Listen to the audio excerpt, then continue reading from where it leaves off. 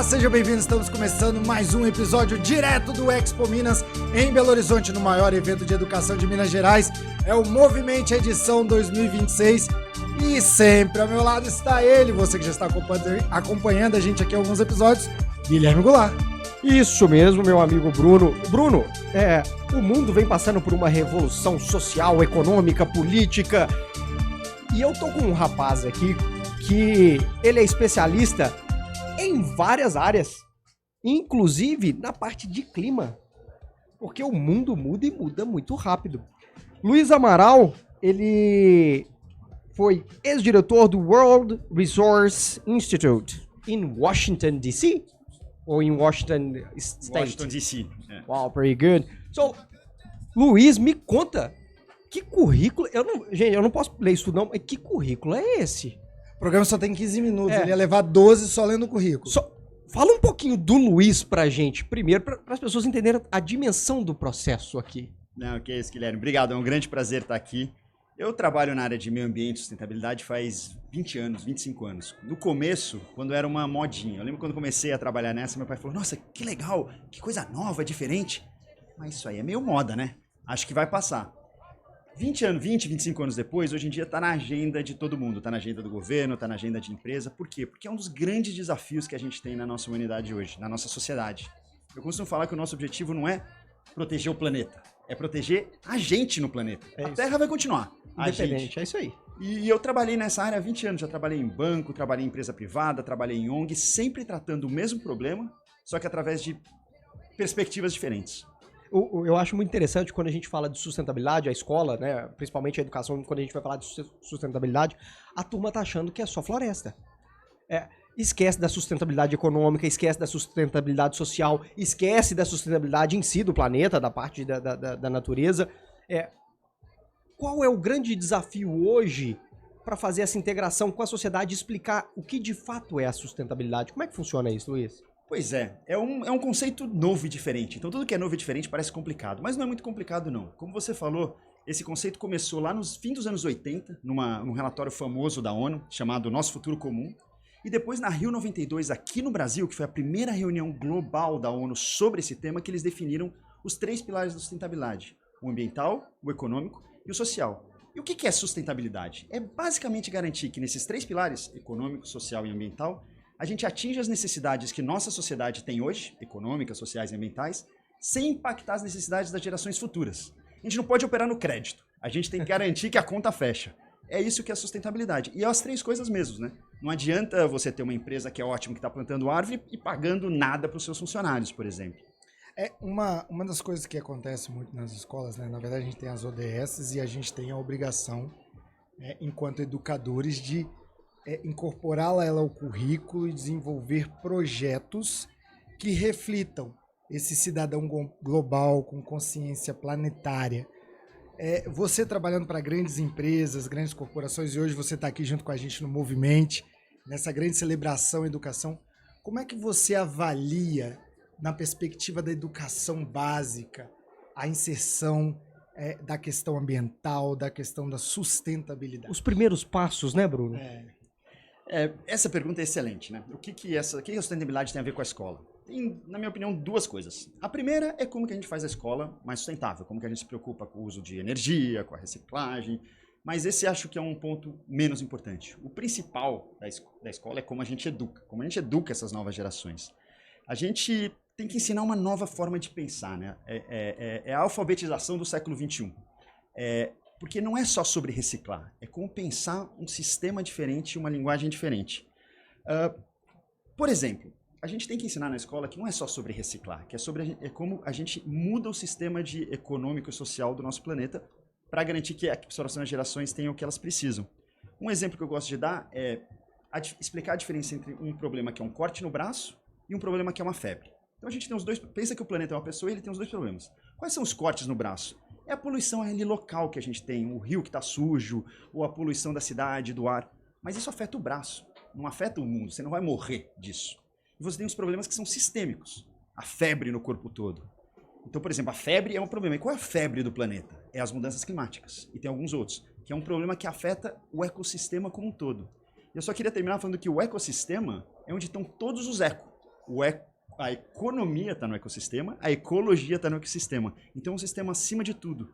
A economia depende da ecologia dentro do ecossistema, não é uma coisa contra a outra.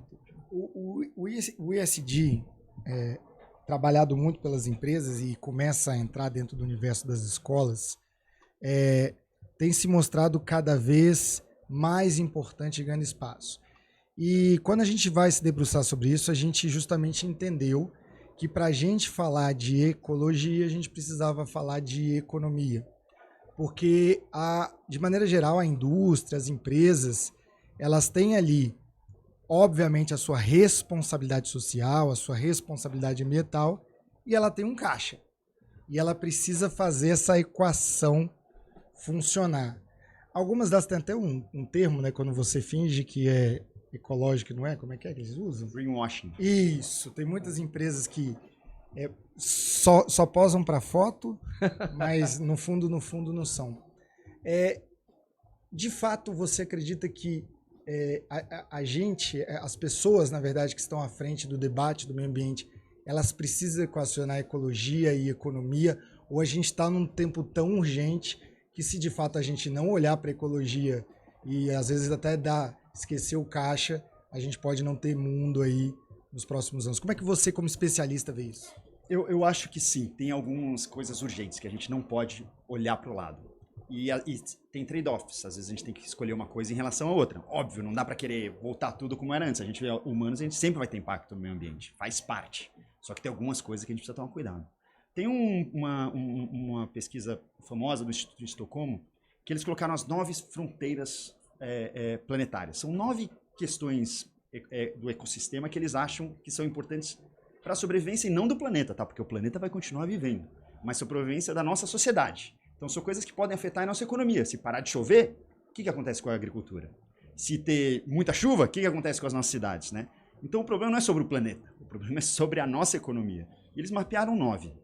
Tem várias: água, clima, uso das terras. E dessas 9, 7 a gente já está no vermelho. Ou seja, 7 a gente já está consumindo mais. O prejuízo está chegando. De 9, 7? 9, 7. Então, Nossa. essas 7 a gente precisa prestar atenção. Mas a mensagem é que tem 2 que a gente está ok. E uma delas, sabe qual que é? A camada de ozônio. Não sei quem é mais novo, mas eu lembro quando eu era criança, era o problema do mundo. Era. A camada de ozônio. Os filmes tratavam disso. Acabar o mundo! O que o mundo fez? Se organizou, juntou, criou regras e resolveu o problema. Então isso é para mostrar que dá para fazer, só que a gente precisa priorizar. Legal. Do 7, assim, na sua avaliação, qual que você avaliaria como o mais urgente? Tem um que você fala assim, nossa, assim, ele tá vermelho, mas para ele virar, sei lá, roxo, sangue, coagulado. Eu acho que o mais sistêmico, o mais difícil é o das mudanças climáticas. Porque mudanças climáticas é diferente de poluição. Lembra do corte no braço contra a febre? Sim. A gente pensa na poluição do carro, não é esse. Não é a poluição do carro. As mudanças climáticas estão ligadas ao uso de energia. E tudo na nossa economia, no nosso ecossistema, é energia. E a nossa energia vem de onde? Majoritariamente de energias fósseis. Pensa que tudo é feito de Lego. A gente tem uns leguinhos que estão aqui, pecinhas de Lego debaixo da terra, pecinhas de Lego na árvore. Quando a gente tira esse Lego do chão ou da árvore, queima e ele vai parar no meio ambiente, esses leguinhos estão na atmosfera. E é isso que causa as mudanças climáticas. Então a gente tem que parar de jogar esses leguinhos na atmosfera e trazer de volta. O problema é que é difícil. Porque tudo que a gente faz, joga leguinho na atmosfera. Viemos para cá de carro, jogou leguinho na atmosfera. Compramos um caderno, jogou leguinho na atmosfera. Então, o desafio maior, na minha opinião, é o das mudanças climáticas, porque mexe com energia e mexe com o dia a dia nosso, em todos os aspectos. Eu não sei se isso, de fato, é algo da minha cabeça, tá, Bruno? Mas eu vou fazer a pergunta. Vozes na minha cabeça. Qualquer coisa você pode me cortar, viu, Luiz? Mas quando fala muito da utilização de combustível fóssil, migrando para essa matriz energética solar, trazendo os carros elétricos, eu sempre escutei que o carro elétrico, no final, ele tende a poluir mais do que o carro... Por conta das baterias. Por causa das baterias, o lítio, como é que vai fazer o descarte disso. O que eu acredito? Eu fico na gasolina, pensando em climático, tá? Não tô falando em economia, não. Eu fico na gasolina ou eu vou pro... Eu sou da opinião que não dá para ficar com a tecnologia antiga. Tem o problema do lítio, tem o problema da bateria, mas esse é o corte no braço. Esse é o problema que dá para resolver. O problema que a gente não consegue resolver é a febre, que é as emissões. Então a gente precisa mudar a nossa matriz energética, da onde vem a nossa energia. Não dá mais para queimar petróleo. Petróleo é muito valioso para a gente torrar ele. A gente precisa dele para plástico, precisa para outras coisas. A gente precisa usar novas formas de energia. Então o carro elétrico é bom porque ele é um meio para novas formas de energia. Agora, se você usar um carro elétrico, eu vou dar um exemplo. Eu fui para Fernando de Noronha e eles criaram uma regra que agora, a partir de 2030, só vai poder ter carro elétrico lá. Em princípio, nossa, que legal. Como é que é o carro elétrico abastecido? Exatamente. Eu falei, pô, mas e como que é a energia de Fernando de Noronha? Ah, é uma termoelétrica a petróleo. Eu falei, o carro elétrico está funcionando a petróleo, então depende muito de onde vem a energia. No Brasil, a nossa energia é limpa. Graças a Deus, a nossa energia é basicamente hidrelétrica. Tem algumas termoelétricas. Mas ela é muito melhor do que a do resto do mundo. Então, no Brasil, faz sentido. Em Fernando de Noronha não faz, mas no Brasil faz sentido. Mas não é o único. A gente tem carros a biocombustíveis, então a gente precisa de todas as formas de energia que não sejam as fósseis. Você sabe que o Elon Musk está querendo colocar um monte de painel solar na atmosfera, ali um pouquinho acima do planeta, para captar melhor o Sol e, de acordo com ele, vamos gerar aí mais de 1 tera de energia. Como é que você vê essa turma nesses movimentos? Eu confesso que eu não conheço esse projeto, não sei. Mas eu sei que todo e qualquer investimento que busque novas formas de energia sustentáveis é absolutamente necessário. Se você fosse o presidente do mundo e você tivesse uma coisa para falar, o que você falaria para o mundo? Eu falaria, se você tem R$1 para investir, coloque em novas formas de energia. Porque isso tem impactos significativos no ecossistema, na ecologia, mas na economia. Quando eu comecei a trabalhar nessa área, aqui no Brasil, todo mundo falava. E eu trabalhava no setor de bioenergia, de cana-de-açúcar. E na época o pessoal falava, esse negócio de eólica não tá com nada. Não é economicamente viável. É coisa para inglês ver. É coisa de abraçador de árvore. Cara, hoje, energia eólica é um baita movimento de desenvolvimento, um baita desenvolvimento econômico. O Nordeste do Brasil bombando de investimentos. Uma baita de uma tecnologia. Então, coisas que às vezes parecem absurdas no começo, podem dar certo. Eu não sei desse projeto, mas teste, se der errado... Aqui no Movimento... Não pode parar, né? Não pode parar. Aqui no Movimento a gente tem falado muito sobre a utilização da tecnologia, principalmente da IA. Só que existe um ponto crítico da IA, que é justamente a questão da energia. Afinal de contas, para manter os processadores na temperatura, utiliza-se muita água. E aí eu vou na mesma pergunta do Gui, me perdoa se não é a pergunta mais apropriada, mas de fato a IA tem se tornado um problema do ponto de vista ambiental, nesse consumo de água para conseguir gerar todo esse processamento. Isso é um fato? Minha opinião, tá? Eu acho... A questão é, o consumo de energia pela utilização da IA comparado com hoje vai ser exponencialmente maior. Sim. Então ele vai crescer muito rápido. Então isso é fato. Pesquisas de Google, etc., vão ser muito mais intensivas em energia, em escalas de magnitude maior do que antes. Vai crescer. Mas isso é um problema ainda para o futuro, porque o nosso uso de energia ainda para IA ainda é baixo. O problema nosso é transporte, é energia elétrica e é como a gente faz comida. Então, é um problema, vai ser um problema, mas é um problema para depois. Eu não me preocupo tanto hoje, porque a gente tem tantos outros problemas mais imediatos. A perspectiva é que no futuro poderá ser significativo. Ele é muito maior do que foi ontem, mas ainda não é numa escala global tão significativa. Vai ser, mas ainda não é.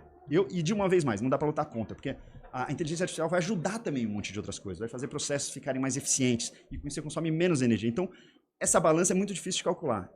Eu sou um grande entusiasta da inteligência artificial.